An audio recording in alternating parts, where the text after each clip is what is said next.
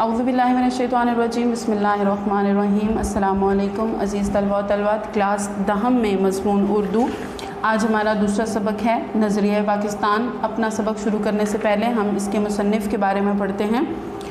نظریہ پاکستان کے مصنف ہیں ڈاکٹر غلام مصطفیٰ خان، جو جبل پور میں پیدا ہوئے۔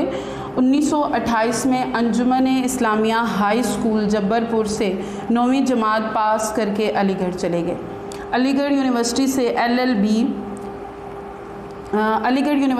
LLB MA اردو MA فارسی کی ڈگریاں بھی حاصل کیں۔ 1947 میں PhD اردو کیا۔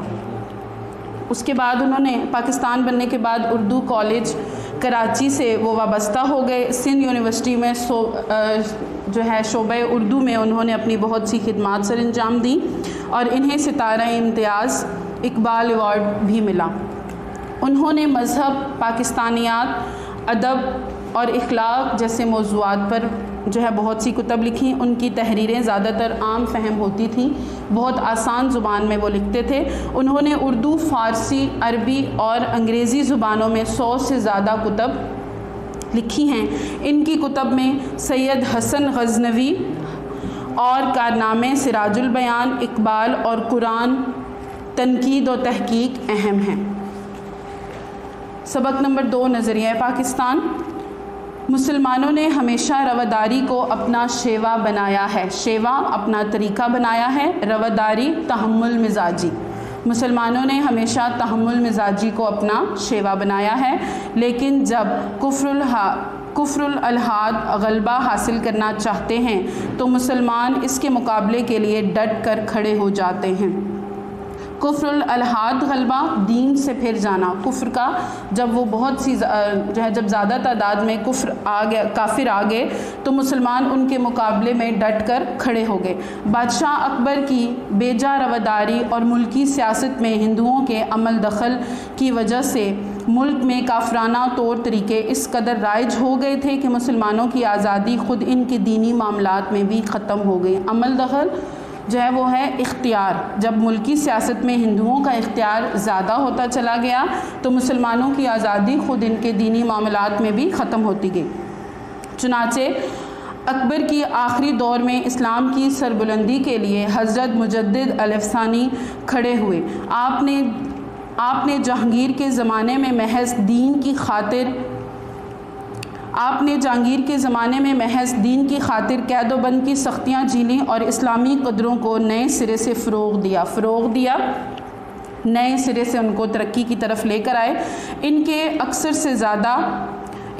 سے زیادہ شاہ جہاں اور اس کے بعد اس کا بیٹا اورنگزیب دین کا خادم بنا، لیکن اورنگزیب کے بعد ہی اس کے بیٹوں کے باہمی نفاق اور کمزوری کی وجہ سے مغلیہ سلطنت کا زوال شروع ہو گیا۔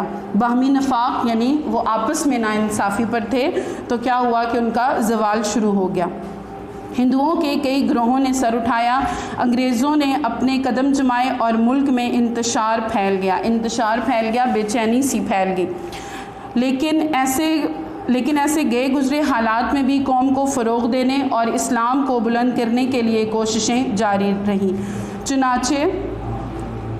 چنانچہ میسور کے سلطان حیدر علی اور اس کے بیٹے سلطان ٹیپو نے نہ صرف ہندوؤں اور انگریزوں کا مقابلہ کیا بلکہ افغانستان، ترکی اور پھر فرانس کو بھی اپنے ساتھ شامل کرنے کی کوشش کی، لیکن ملک کے دوسرے سرداروں نے ساتھ نہ دیا اور انہیں کامیابی حاصل نہ ہو سکی۔ پھر اسی زمانے میں شاہ ولی اللہ دہلوی جو عالم دین ہیں اور ان کے صاحبزادوں نے مسلمانوں کی اخلاقی اور معاشرتی برائیوں کو دور کرنے کے لیے تحریک شروع کی۔ پھر ان کے پوتے شاہ اسماعیل نے اپنے مرشد سید احمد بریلوی کے ساتھ اسلامی اصولوں کو دوبارہ شروع کیا، رائج کرنے کی اور ملک کو غلامی سے آزاد کرانے کی کوشش کی۔ 1831 میں اپنی جانیں قربان کر دی، تاہم انہوں نے مسلمانوں کے دلوں میں جوش اور ولولہ پیدا کر دیا۔ چنانچہ 1857 کی جنگ آزادی میں مسلمانوں نے پھر اپنے قدم جمانے کی کوشش کی، لیکن انگریزی اقتدار مستحکم ہو چکا تھا، مستحکم یعنی مضبوط ہو چکا تھا، اس لیے انہیں کامیابی حاصل نہ ہو سکی۔